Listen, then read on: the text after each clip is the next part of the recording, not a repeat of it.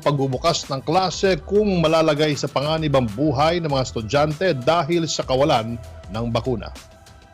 Yung opening ng classes, that's a very... I will not allow the opening of classes na magdikit-dikit yung mga bata. No? Unless I am sure that they are really safe. It's useless to be talking about opening of classes. Para sa akin, bakuna muna. Pinaimbestigahan po naman ni Pangulong Rodrigo Roa Duterte sa National Bureau of Investigation ang isang local supplier na sangkot umano sa overpriced na COVID-19 testing kits. Binalaan ng Pangulo ang mga negosyante na nagsasamantala lalo na ngayong nakaharap sa COVID-19 pandemic ang bansa. NBI should study the matter very, very carefully. Kasi alam mo, itong negosyanteng to, it's really an issue of humanity and the greed. Yung hoarding na, it's part of the business practices which you may call not even obnoxious. It's repulsive to the human mind when you start to think about it. Ipinag-utos po naman ni Pangulong Rodrigo Roa Duterte sa mga opisyal ng lokal na pamahalaan na payagan ng makauwi sa kanilang lalawigan ang overseas Filipino workers. It is very cruel actually to deny them to go. Do not impede it, do not obstruct the movement of people because you run the risk of getting sued criminally. Nakikisimpatya naman si Senador Bongo sa lahat ng overseas Filipino workers na na-stranded ngayon sa Metro Manila sa pananatili sa quarantine facilities na higit sa itinakdang 14 na araw. Batid umano ng Senador ang matinding pagsubok na pinagdaraanan nila dahil sa pagkakaantala ng paglabas ng health certification at sa tagal na rin ng pagkawalay sa kanilang mga pamilya. Dahil dito hinimok ng Senador ang mga concerned agency ng pamahalaan na tiyaking makauuwi ng ligtas sa kanilang lalawigan ang mga kababayan nating kaakibat ang pagsunod sa kinakailangang health protocols pag-uwi sa kanilang probinsya. Binigyan linaw naman ng Senador Go ang pangasiwa ng pagpapauwi ng mga stranded OFWs na nasa Metro Manila ay hindi bahagi ng balik probinsya bagong pag-asa program ng pamahalaan. Kaya naman ang apelan nito sa mga ahensya na ipaliwanag ang iba't ibang programa ng pamahalaan na pwedeng makatulong para sa ibang sektor gaya ng mga OFWs, estudyante at stranded na manggagawa sa Metro Manila. 9:06 in the morning, ang buong Pilipinas po unti-unti nang hinaharap ang buhay sa ilalim ng isang new normal, moving on, moving forward sa kabila ng panatili pa rin ng COVID-19. Iba-iba ang sitwasyon sa kabuuan ng ating kapuluan. Bawat rehiyon may kanya-kanyang mga hamon sa mga panahong ito, kung kaya't bawat rehiyon, bawat probinsya dapat bigyan ng pansin at dapat ding marinig. Magandang umaga muli, maayong buntag mga higala. Welcome to Network Briefing News organized by the Philippine Information Agency and the Philippine Broadcasting Service and heard here on COVID Radio Radyo Pilipinas and all the digital platforms of the Presidential Communications Operations Office. And of course, mamaya po may replay tayo sa IBC 13. And here, we bring together local government heads, national government agencies, and local media entities to a discussion of issues and initiatives relevant to carrying on amidst the pandemic COVID-19. Makakasama rin po natin ngayong umaga si Benji Balansag ng Bombo Radyo, Butuan. Maayong buntag nimo, Benji. Uban po nato si Franklin Kaligid ng Caraga News. Maayong buntag nimo, Franklin. Good morning, Secretary. Good morning po. Morning. Salamat kayo sa pagtambong ni atong programa karong buntaga. And of course, our guest for today, Butuan City Mayor Engineer Ronnie Lagnada. Maayong buntag nimo, Mayor. Maayong buntag po, Secretary Martin. Maayong buntag sa imo. It's good to see you once again, Mayor. At maya-maya, Mayor, maaring makasama natin sina Secretary Bautista, Secretary Bello, at Secretary Ed Anyo. Mayor, let's go straight to the first question. This is about the COVID situation there sa Butuan. Of the 3 confirmed cases in Butuan, are any of them active cases until now? Well, blessing Secretary Martin, the three cases now are in good shape and in good health. Naka-recover na sila. So hopefully di na mo escalate. As of now, Butuan City has managed to really we are focusing really on really to tone down or the spread of the disease. Kauban po nato karon Mayor as ang atong mga partner diya sa media sa Butuan, si Franklin Kaligid ng Caraga News. Franklin, do you have any question for Mayor? Yes, Mayor, good morning. Morning. Yes, Mayor. I would just like to ask, Mayor, kasi you've been pushing so hard for the establishment of an LGU-run COVID laboratory sa Caraga. What's the update, Mayor? On what level po tayo sa accreditation? Ma-expect ba natin na within next month or next few months maka-operate tayo? Considering na sa Caragao, wala mang gitay laboratory except sa ito pong gi-propose sa Surigao City o sa Tandag. And this laboratory, as we always know, is crucial sa atong T3 campaign, the treat, trace, and the test, treat, and trace campaign sa against COVID. Yeah. Karon as of now, yes, our preparation for the completion of the molecular laboratory or the PCR laboratory is already on its final stage. We ordered already the facilities, ato na lang i-order. O karon ang mga infrastruktura, ato na pong gipang-plaster karon. Hopefully, naana sa stage 2 actually. 1 and 2, so ato na lang gi-comply. Together with the Department of Health, in fact nagpadala na punta og mga atong mga medical medtechs sa atong mga silingan nga naay facility para ma-train sa pag-operate ani nga mga makina para diri sa atong PCR testing. Kay yes, wala gid tatawon og PCR test diri sa atong rehiyon sa Caraga kay nagsalig pamanta sa atong mga silingan sa Davao o sa Metro Manila, sa Cebu, so medyo langan gamay ang pagtest. Pero karon we are on the final stage and in fact we are visited by our leaders last 2 weeks ago and yes, it's ongoing and on its final stage na. Kasama rin po natin Mayor si Benji Balansag ng Bombo Radio Butuan. Maayong buntag nimo Benji. Sir, good morning, sir. Good morning, Mayor Lagdana. Ang dakbayan sa Butuan karon nasa EZQ gawas lang sa 5 ka mga barangay nga ana pagipailanom sa enhanced community quarantine. Nini puntuha ang mga establishmento sa dakbayan sa Butuan nag-open na. But until now, gamay paghihapon kayo ang mga public transportation nga nagdahian sa atong syudad sa Butuan. Unsay rason ni Mayor? Yes, of course, we are still following the IATF guidelines to really do crowd control. Kay maski GCQ na pa mangyapoy kay ingnon nga crowd control. So ang atong mga public transport atong gilimit nag-color nag-number coding ta odd even scheme para po dili mo daghang kaayo ang kuan. Anyway po naman po tagapoy gitawag nga crowd control sa atong color coding sa atong mga residente. So amo po ning gibalanse nga ang atong public transport versus sa mga tao nga mogawas to really control the crowd. That's the purpose of really the prevention of this spreading of this disease, crowd control. Mayor, the entire Caraga is now under general community quarantine until May 31, after which magdidesisyon kung ito ba ay itutuloy or ito ba ay ililift. Kung tuluyan ng ma-lift nga ang GCQ, what changes can Butuanons look forward to and what should they expect to remain the same in order to keep up the strong fight versus COVID-19?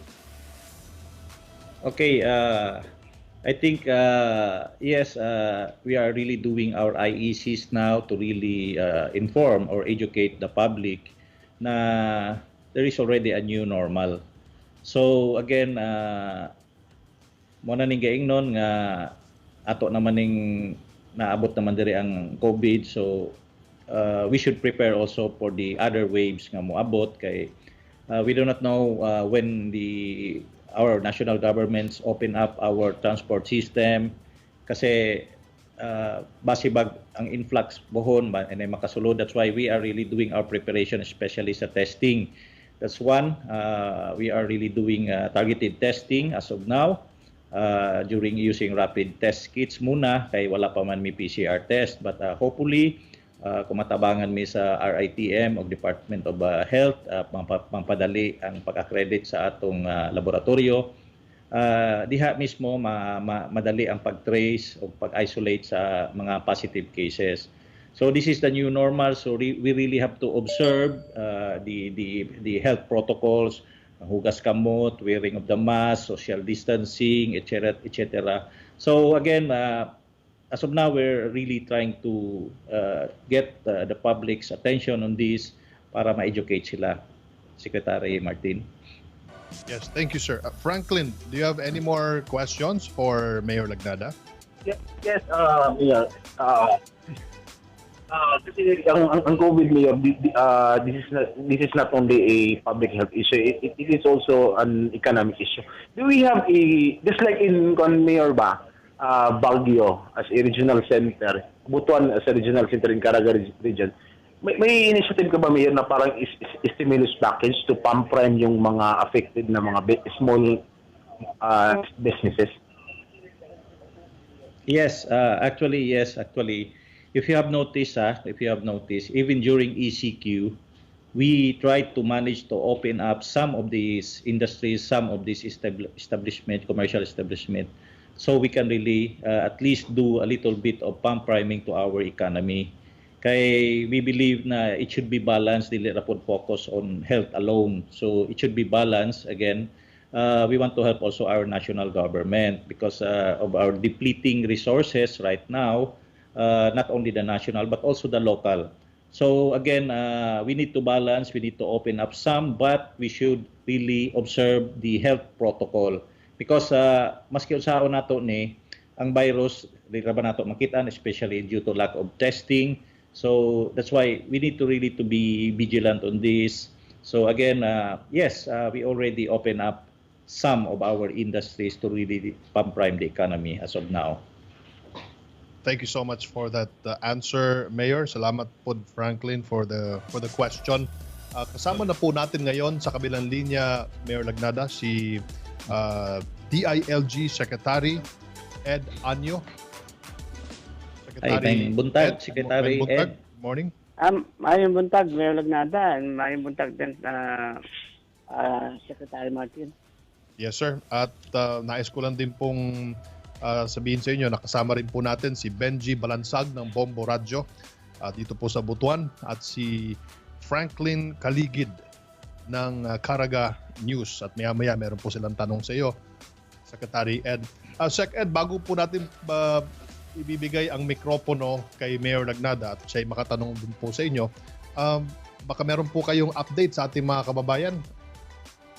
Una-una, no, yung ating 24,000 na OFWs na inuwi natin sa loob ng 3 araw, gusto ko lang ipaalam ng lahat ng ito ay nag-negative test na yan, no, sa PCR. At lahat ito ay may certificate din ng quarantine. Kaya nananawagan tayo sa ating mga local chief executives na safe yan at tanggapin natin, tulungan natin yung ating mga kasamahan na OFW. Matagal na sila rito sa Manila, matagal na rin sila sa ibang bansa. At pagkakataon naman nila ngayon makasama yung kanilang mga mahal sa buhay. Inuulit ko lang, no, na negative itong mga OFW na to sa PCR testing. At kung sakali mang may mga karoon ng problema, naiiwan nila yung kanilang certificate, ay tanggapin natin at ilagay lang natin sa quarantine para naman makauwi na rin sila at makasama yung kanilang mga mahal sa buhay. Yun naman yung importante panawagan natin, Secretary Martin. Opo. Nakita ko nga kayo kahapon sa meeting po ni Presidente Duterte sa Malacanang. Pero diretsahan na po ito, Sec Ed. Yes. Kahapon kasi ay naglabas ng pag-alma si Mayor Richard Gomez dahil nga dun sa mga OFW na pauwiin na sana dun sa kanila sa Ormoc. Ano po ba ang reaksyon nyo dito? At pangalawang tanong, siya po ba ay nakipag-ugnayan na sa inyong opisina? Kayo po ba nag-usap na?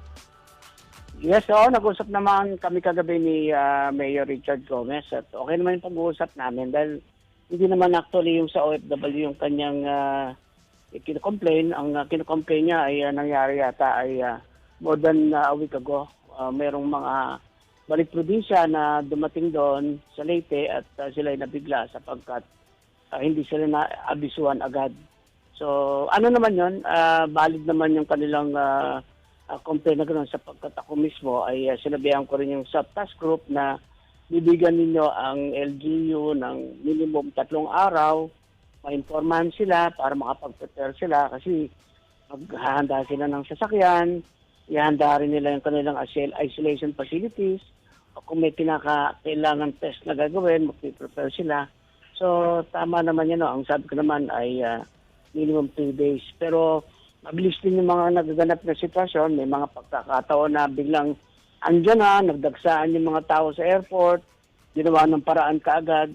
Yun yung mga pagkakataon na tinatawag nating isolated cases. But okay naman na si Mayor Gomez, naintindihan naman niya na itong 3 araw na ihahatid natin yung 24,000 OFWs, yan ay pag-uutos ng ating Pangulo at talaga namang dapat na makauwi na sila sa tagal ng kanilang pag-stay dito sa Metro Manila at meron pa tayong aabangan na darating dito ng mga 60,000 in the immediate period. Kaya pinagandaan din natin yan.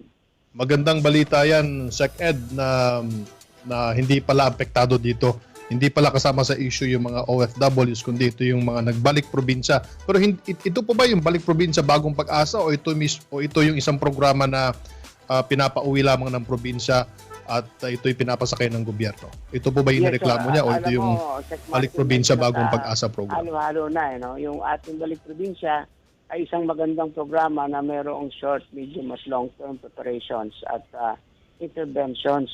Yung mga locally stranded individual, ito yung inihatid naman natin kasi mga estudyante, workers na matagal nang inabot ng lockdown at gusto natin makauwi. So ang nangyayari, ang tingin nila ay ito na yung balik probinsya, no? Hindi pa yung balik probinsya, ano pa yan? Locally stranded individual pa yan na pinauwi natin. At yun yung ating medyo mas malaking problema sapagkat nagsusulputan sila ng hindi katulad ng OFW. Ay alam natin na darating ganitong araw, ilalagay natin sa ganitong hotel. Itong mga locally stranded individual all over the country, gusto makauwi. Ang ating mass transport ay suspended pa. Kaya ang unang problema natin dyan siyempre yung pag-organize ng mga sasakyan nila. Alright, so malinaw po Sec Ed. Hindi ito, well, halo-halo na ito. Merong balik probinsya bagong pag-asa, meron ding isa yung pauwi pa lamang ng probinsya dahil na stranded. Ito yung mga locally stranded natin ng mga kababayan. And of course, yung OFWs walang problema. So, all ends well for at least Mayor Richard Gomez at ang inyong tanggapan DILG.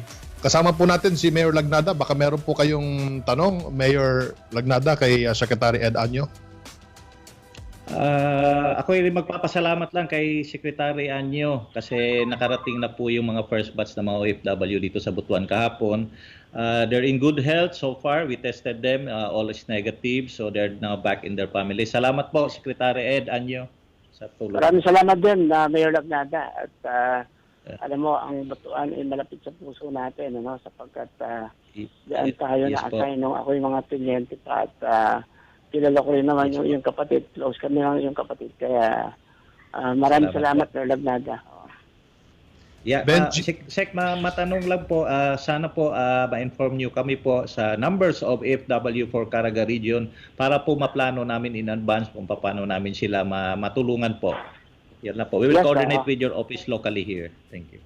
Yes, gagawin natin yan at create nga tayo ng mga OFW desk sa bawat opisina ng ating DILG sa mga field offices para sigurado na lahat ng mga pangalang makukuha natin automatically ipaalam kagad natin sa LGU ng mas maaga para makapag-prepare ang ating mga LGU. Benji Balansag ng Bombo Radio, baka meron po kayong tanong kay Secretary Anyo. Secretary Anyo, nag-viral po, Secretary Anyo, ang umano'y sex putas para sa kababae hindi nakadana ng kanilang quarantine pass at gustong makalusot sa mga quarantine control pass sa Kamaynilaan. Nais lang po namin malaman, sir, kung umabot na po ba ito sa inyong kaalaman at kung umabot man, totoo po ba ito at may aksyon na po ba kayong ginawa ukol dito, sir? Well, wala pang formal report na nakakarating sa akin dyan, pero hindi ko papayagan yan. Ano? Number one talaga tayo nakokontra dyan, at kung sino man yung gagawa niyan, ay talagang sisiguro din natin makukulong yan, at yan ay isang malaking pangbabastos at malaking paglabag sa karapatang pangtao. Ipagbigay nyo lang alam kung merong cases kayo na nakita dyan, ibigay nyo sa akin directly at ako mismo Franklin ng Caraga News, baka meron kang tanong kay SecEd? Secretary Annie, sir, good morning. Kahapon, Secretary, it was reported na close to 150 or to be exact, 134 yung kinasuhan ng PCIDG ng mga barangay officials. And one of which is from Nasipit, Agusan del Norte. What's the next course of action, sir? Kasi considering na sa Caraga, marami pa rin kaming naririnig ng mga complaints from barangay levels. And may expect ba natin na in the next few weeks, marami pa tayong makakasuhan? Tuloy-tuloy yung ating pagkuha ng mga impormasyon. At yung ongoing investigation naman ay, siyempre, pinapakinggan din naman natin yung kabilang side, no, kung bakit may complaint sa kanila.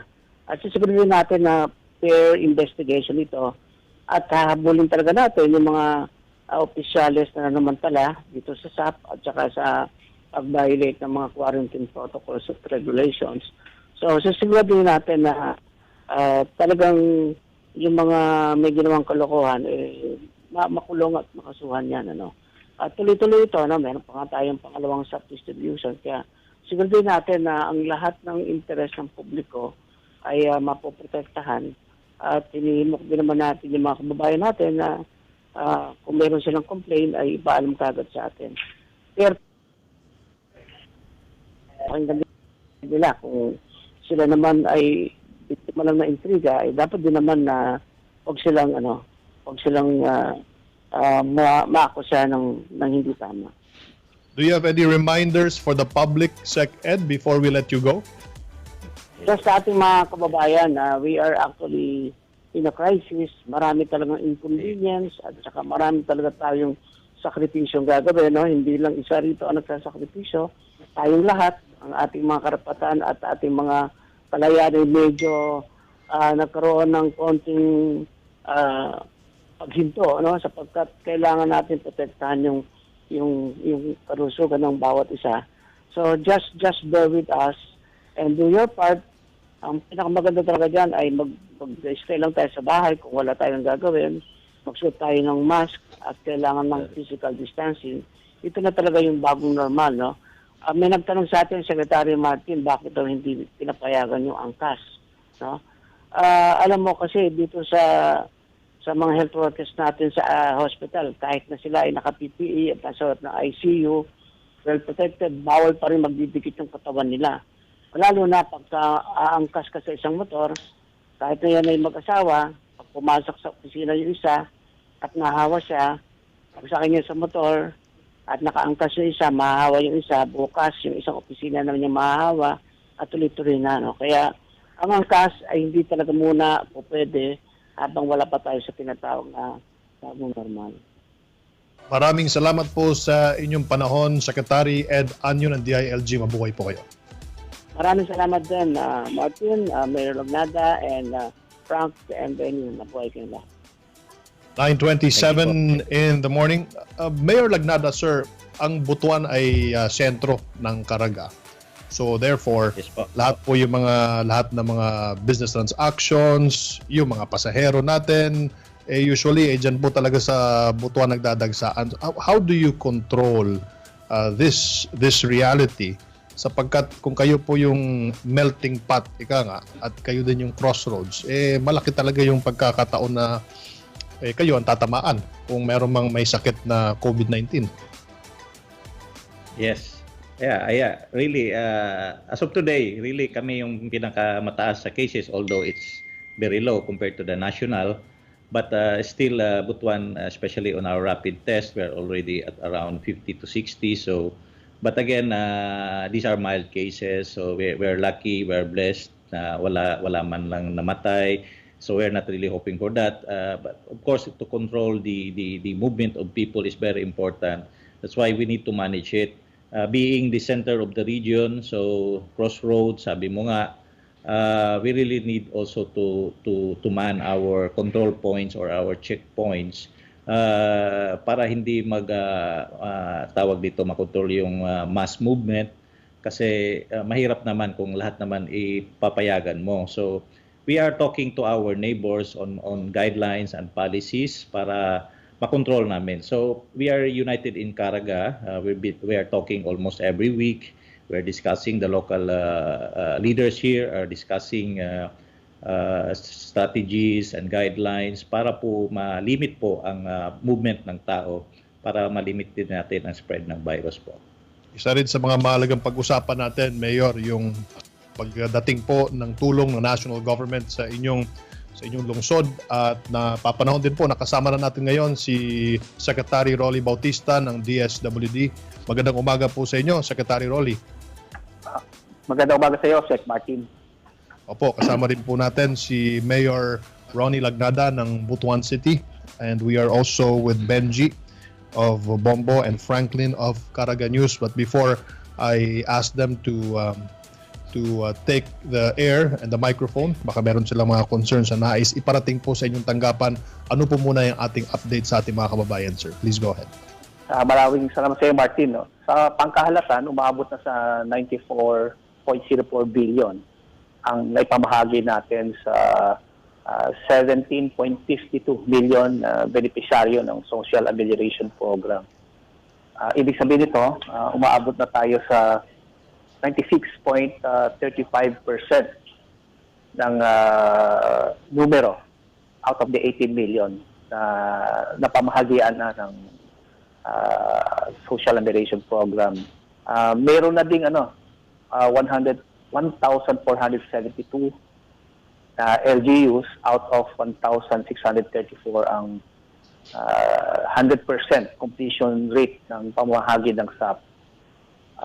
Sa numerong iyon, meron ng 659 na lokal na pamahalaan ang nag-submit na ng kompletong liquidation report at 280 naman ang malapit na matapos ng liquidation. Ibig sabihin ito yung partial na sinasubmit na liquidation. As a whole, ang nakikita natin ngayon sa mga areas ay nag-wrap up na ng payout ang ating mga lokal na pamahalaan at sabay na rin dito yung pag-ayos nila ng mga liquidation report. So ayun lang yung update natin, Sec Martin. Thank you so much, Sec Rolly. Mayor Ronnie Lagnada ng Butuan, meron po ba kayong tanong para kay Secretary Rolly Bautista ng DSWD? Please go ahead, sir. Okay, first of all, magandang umaga po, Sec Rolly Bautista. And po, salamat po sa talagang tulong nyo. Yung sa ating 50,900 beneficiaries ng Butuan, nakatanggap na po ng SAP. Of course, ng tulong din ng local regional DSW dito. During sa aming distribution ng aming mga relief, sila po ay tumutulong, DSWD, because they have the data.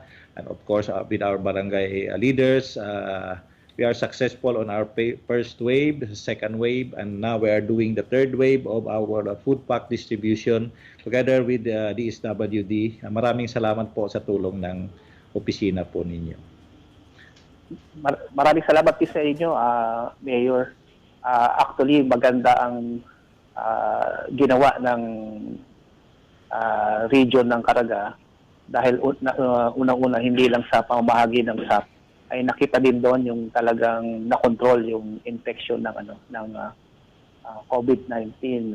In fact, sa mga meeting nga namin ay magandang gawing modelo ang region ng Caraga kasi talagang nagtulong-tulong ang lahat para unang-una ma-prevent yung spread ng COVID-19 at the same time mapadali yung pagbibigay ng ayuda sa kanilang mga nasasakupan. So maraming salamat po, Mayor.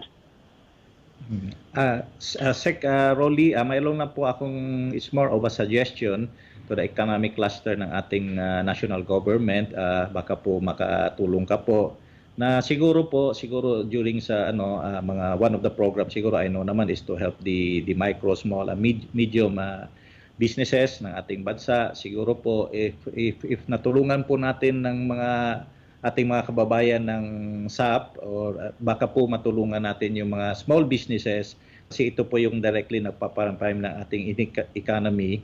At least on a bigger share naman po than kasi narinig ko po na-discuss ni DTI Secretary yung package. Baka po naman siguro matulungan natin para ma-enjoy din nila po yung kayang mga project finance scheme na long-term payback period at saka low interest rates po para sa ating mga negosyante para po directly makatulong po sa ating pang-ekonomiya. Yun lang po, baka may time ka po i-suggest po sa economic cluster natin. Salamat po. Sige po, Mayor. Anyway, madalas naman kami nag-meeting ng mga economic clusters team. So, ipaparating po natin yan, Mayor. Kasi po, ang ano ko lang, observation, kung naibigyan natin ng 288 billion po yung ating mga kababayan, why not po sa ating mga micro, small, and medium businesses para po mapadali po ang pagparamrame ng ating ekonomiya po. Yun lang po. Thank you. Kasama natin si Franklin Caligid ng Caraga News. Franklin, baka may tanong ka kay Secretary Rolly Bautista. Yes, sir. Secretary Bautista, sir. Good morning. Sir, mayroon ng mga barangay officials nationwide na kinasuhan supposedly for their alleged involvement sa SAP anomaly. Sir, meron ba tayong, on the part ng DSWD, meron ba tayong mga lessons learned? Sir Frank, maraming salamat. Unang-una kasi talagang in-empower natin ang ating mga LGU para sila ang magbahagi ng ayuda, considering na we are in the emergency situation, kaya kailangan talaga maipamigay sa lalong madaling panahon ng ayuda. At alam natin, siyempre yung mga LGU, mga barangay officials, sila ang frontliners para maipahatid ang sinasabi tayong ayuda. Ang natutunan lang natin dito ay masasabi natin na maraming mga barangay officials, mga barangay captains na talagang serbisyo ang kanilang iniisip. Pero meron din talagang mga barangay official na kanilang interest lang ang kanilang iniisip. Kaya tama lang sa tingin ko, tama lang talaga yung gagawin ng ating DILG na kasuhan sila para ito maging lesson sa lahat ng mga barangay official na hindi inuuna ang kapakanan ng kanilang mga nasasakupan.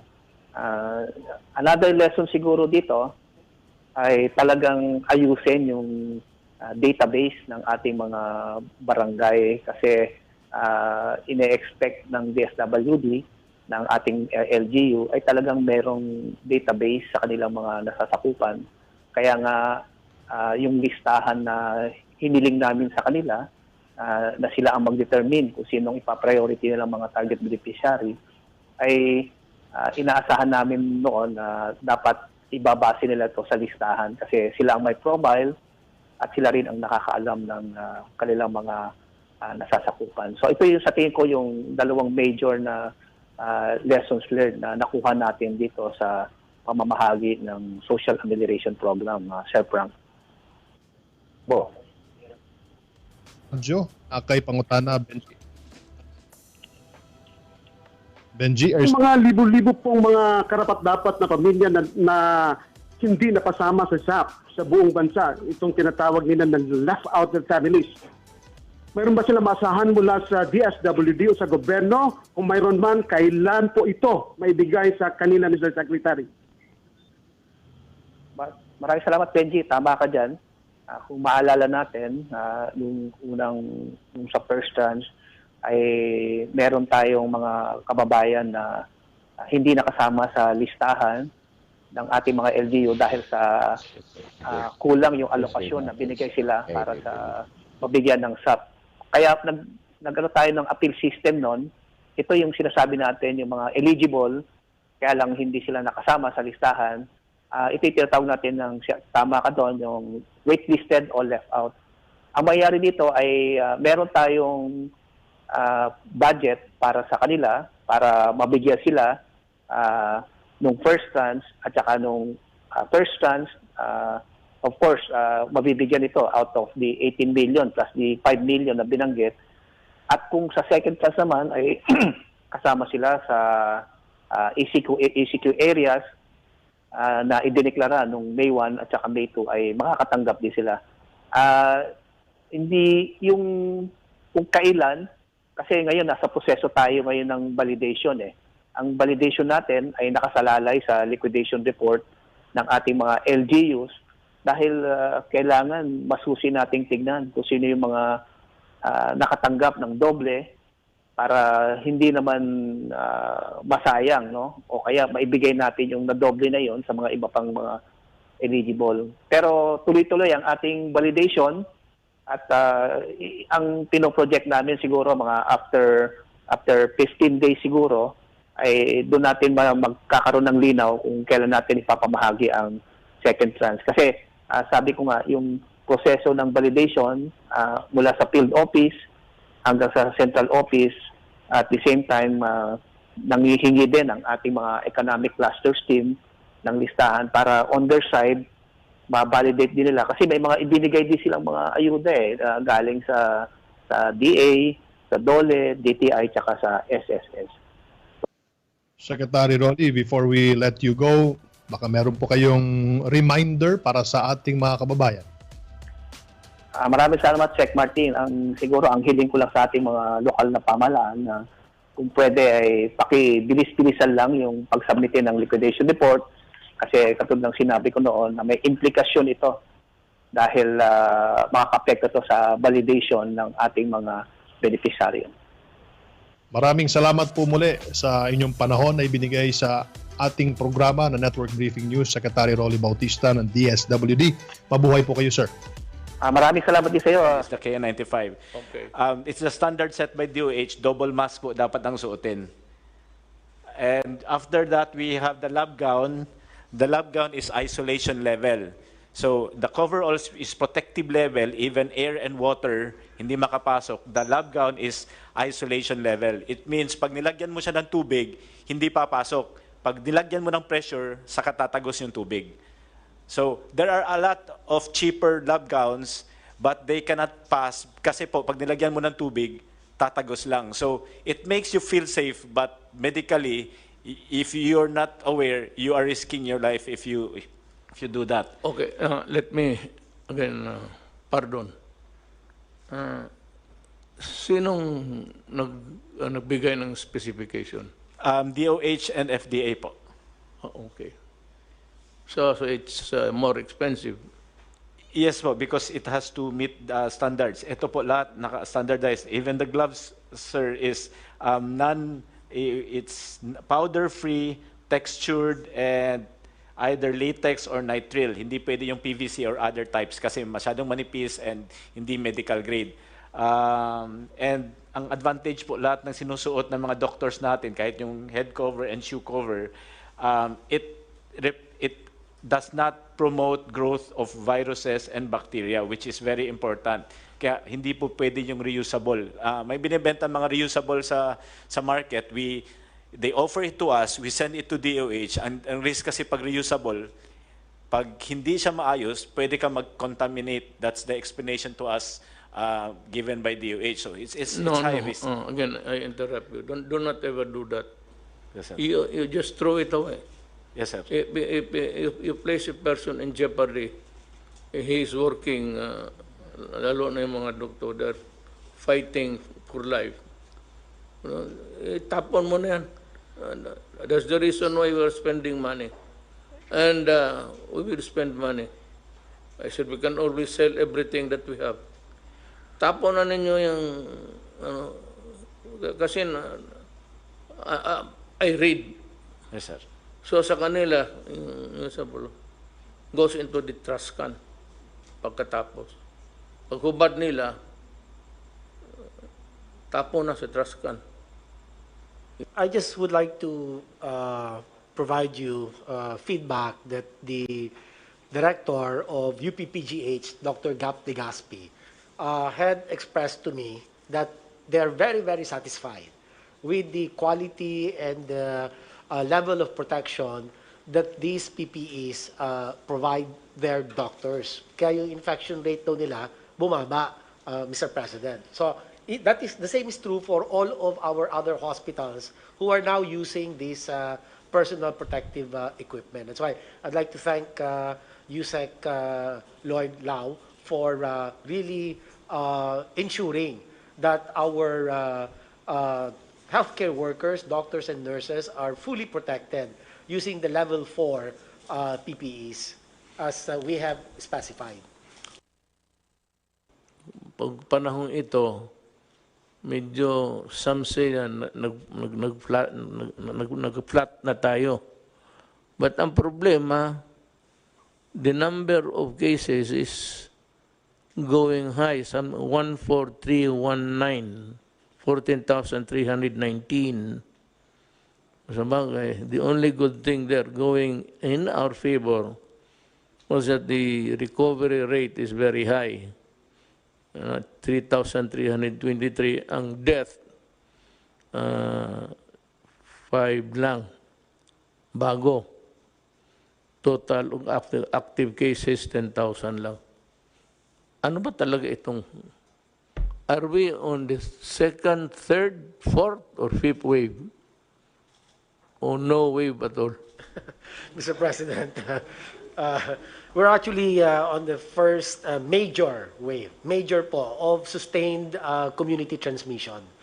Yung pong nabanggit ko na second wave and my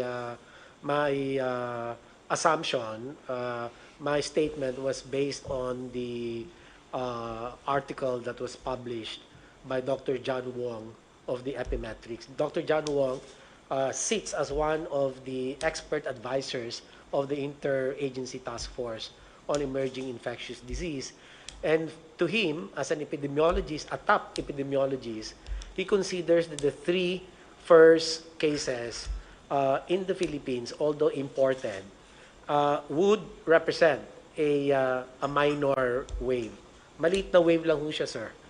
Tapos nagkaroon po tayo ng lull of about a month, the whole of February, and then March, nagkaroon po tayo ng mga umpisang reported cases. So, alam mo,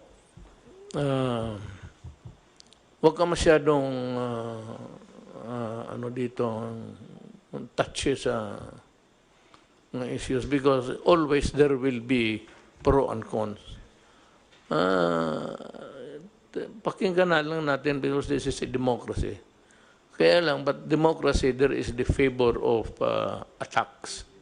Issues plus attacking the guy personally. So, alam ko ikaw, you are hard-pressed. And I know your situation. You just tell us if that is the one that's in your the gray matter between your ears, di sabihin mo, ayaw ninyo maniwala, bahala kayo, basta ito yung akin. So that maybe you should adopt that kind of attitude. So be it.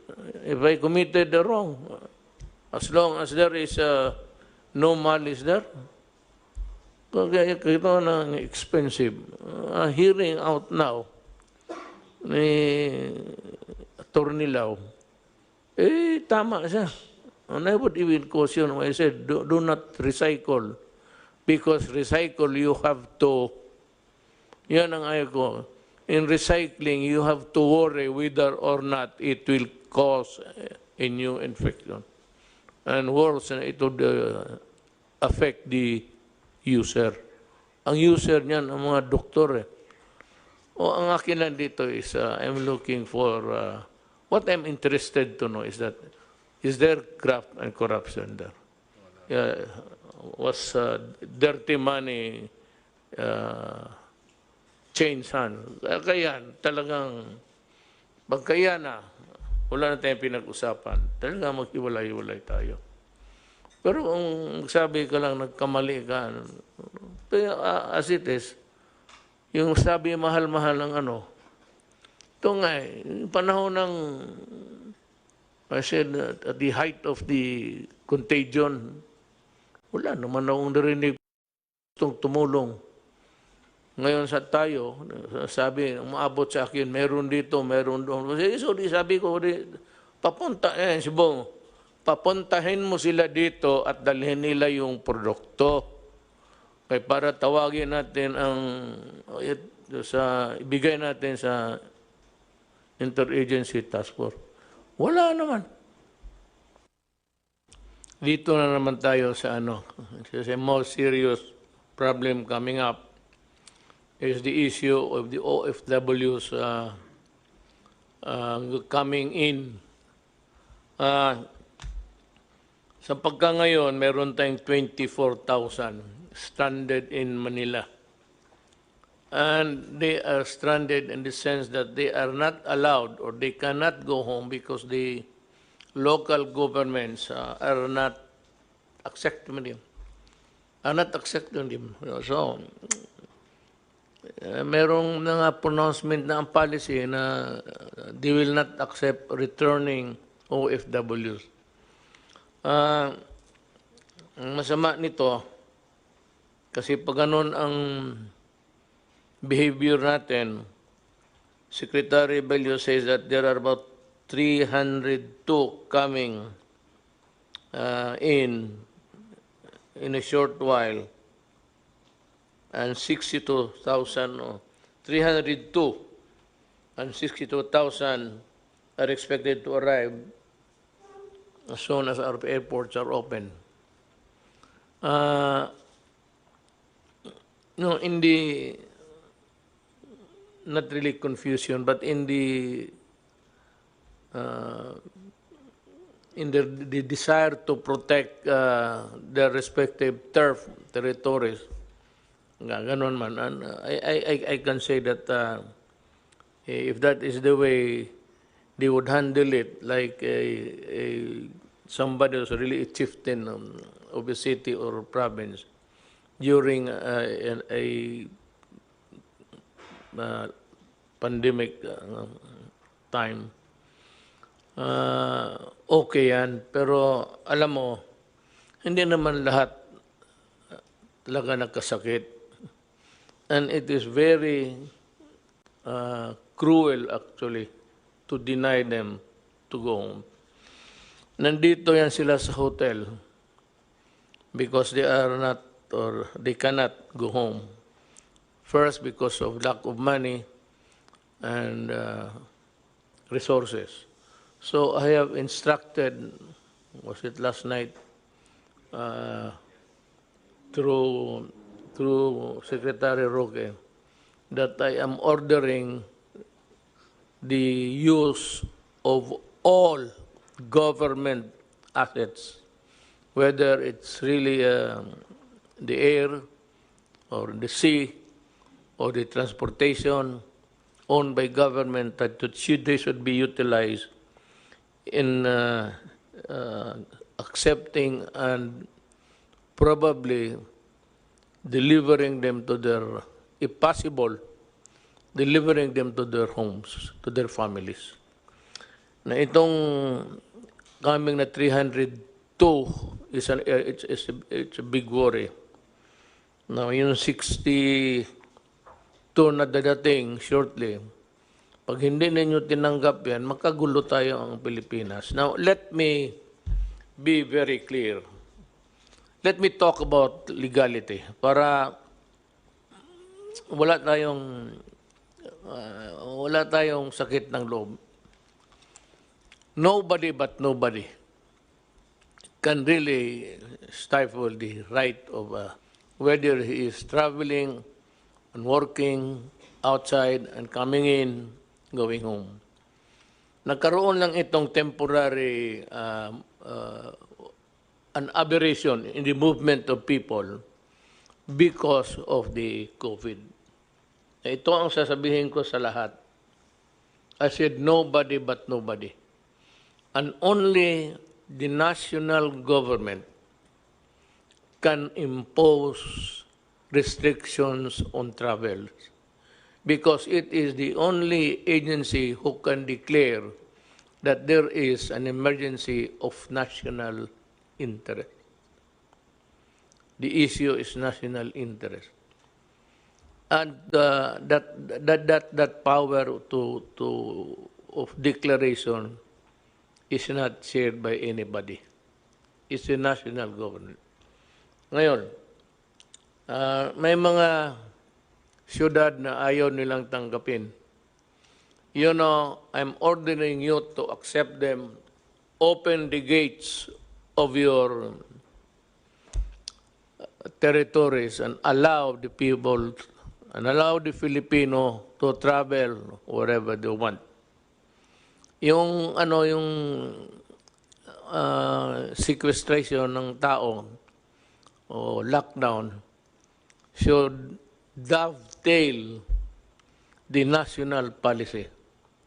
Or better still, as not to confuse the people, you are not allowed to unilaterally declare na ganito, you are closing the entry, the egress and ingress ng tao. Mahirap yan. Magkagulo tayo, kanya-kanya kayong... So if you want a measure to be implemented in your local government unit, ask permission from the task force. Because, alam mo, it involves many issues. One, in the name of humanity. Two, is the constitutional right. And ito yung pinakamabigat. It is the constitutional right of people to go home, to travel and go home. Do not impede it. Do not obstruct the movement of people because you run the risk of getting sued criminally. Ang agency, because it is the national government who declared there is a national emergency involving a pandemic, an issue of health, that power cannot be shared by anybody else. If you want, as an adjunct of government, maghingi ka ng permiso sa task force. They are the better position really to assess. Kawawa itong 24, so I'm ordering, kasali na yung pera sa, kung may naiwan pa, sa 200 million, gastusin rin ninyo yun para sa pag-uwi ng tao. Because the reason why they are here is connected with the issue of COVID. Nagsiuwian ito, diniport, kasi nga may pandemic involving the entire planet Earth. So the reason why they are deported or forced to go home is because of, well, maybe so as not to have a contagion involving a lot of, in numbers. To contain it, ito yung mga ating mga kabuhayan, pinapauwi. Tanggapin natin sila. Sir, yung pong order ninyo na 24,000 OFWs, lahat po yan ay na-test natin using PCR at lahat po yan ay negative. Kung sakali lang po na may makakalusot na nawala yung kanyang result at siya ay dumating sa LGU ng walang papeles, ang advice po natin sa LGU, tanggapin ninyo at ilagay ninyo sa quarantine hanggang dumating yung kanyang result. Sapagkat yung pong 24,000 po yan ay tested negative po sa PCR. Yeah, with, doubly, more reason really for not refusing to accept them. Kawawa naman. Alam mo,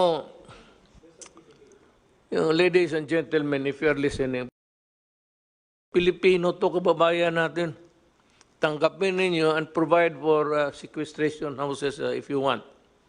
Yung doon sila i-quarantine.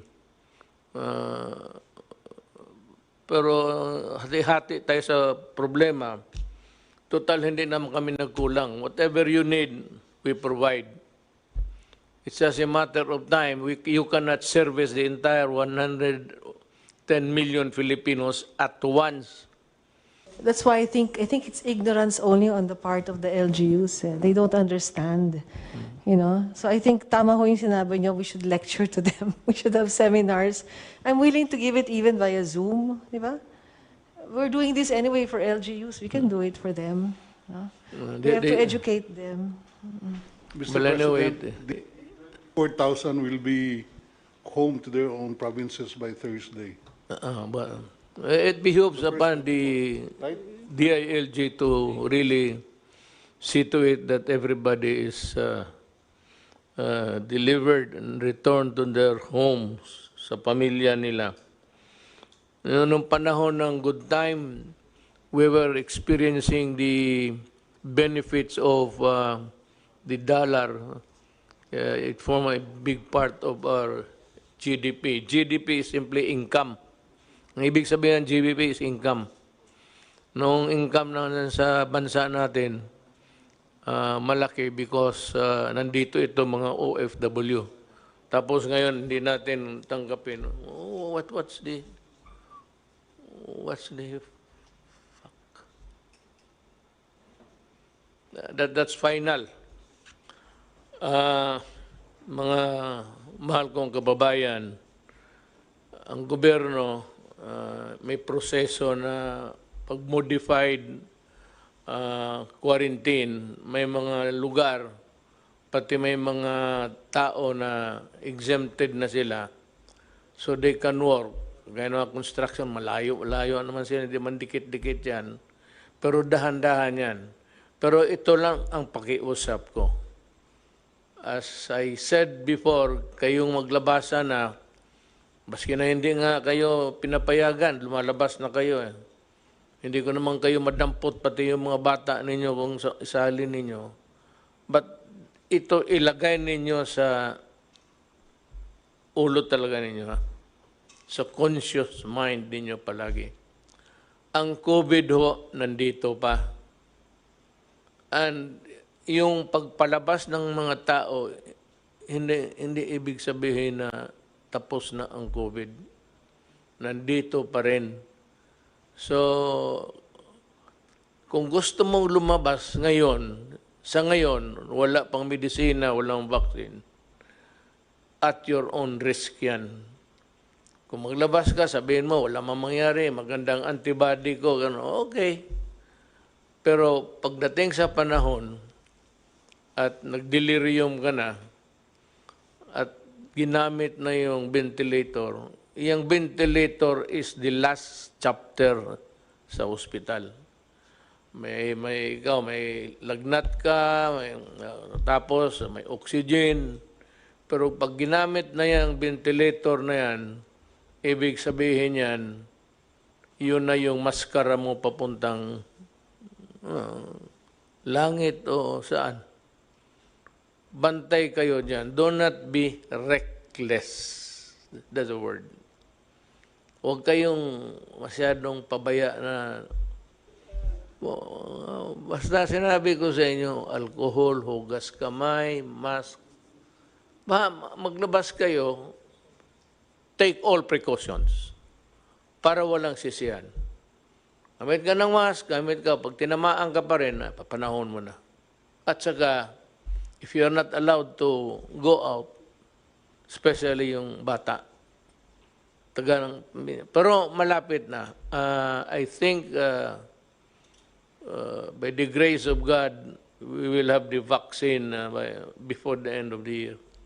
So mag-asa na lang tayo sa mga marunong at saka mayaman na mga bayan.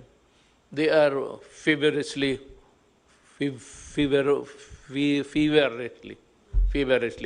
working on it. Pag nandyan na yan, ako na ang magsabi labas na. Pag hindi ka lumabas, hilain kita sa labas, dito ka. Sige, pasyal na kayo. Kaya may bakuna na, bakuna muna dahil dapat bahala na. But without the vaccine, it's really danger. It spells disaster. So, yun, mask, hugas kamay. Mga bata, wag muna. Yung opening ng klase, that's a very... I will not allow the opening of classes na magdikit-dikit yung mga bata. No? Bahala na hindi na makatapos. For this generation, wala na matapos na doktor pati engineer. Wala. Kasi hindi na wala ng aral. Laro na lang. Unless I am sure that they are really safe. It's useless to be talking about opening of classes. That's probably man. Para sa akin, bakuna muna. Pag nandiyan ang bakuna, okay na. So, remember that. Pati yung mga mayors, governors, kindly remember that they are Filipinos and that there's only one body, the government through the task force, who can make pronouncements about lockdowns, about quarantine, or sequestration of whatever. Mahirap yan. Isa lang ang gobyerno. The national government makes the pronouncement. You just follow. And itong sabi nga ni General Anyo, ito, tinamaan rin ito ng COVID si General. Sabi niya, in 24, on his oath of being a public officer, when you talk about official matters in an official discussion, your word is always under oath. So, sabi ni John Anyo, safe yan. Pag magkamali, may reinfection, then we will act accordingly. But anyway, he's the one who would i-husband niya yung the whole setup. Maraming salamat sa inyong lahat.